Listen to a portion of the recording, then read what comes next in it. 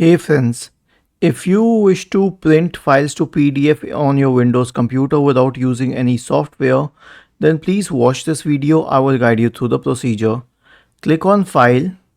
Now, once you have the file done, then you will have to select the option to print. Click on Print and then make sure that the printer is set at Microsoft Print to PDF and then click on Print, and now you can save your PDF file. Let's say I have to save it here. I will name it HH just for an example, and then I go to the desktop screen and it has been created as a PDF file which I can open using the PDF reader or any browser.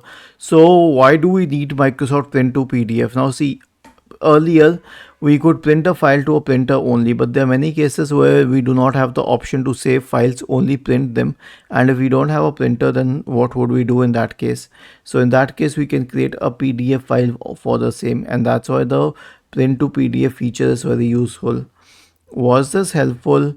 If yes, then please subscribe to the channel, and if not, then let us know in the comment section of the video on how we could help you further.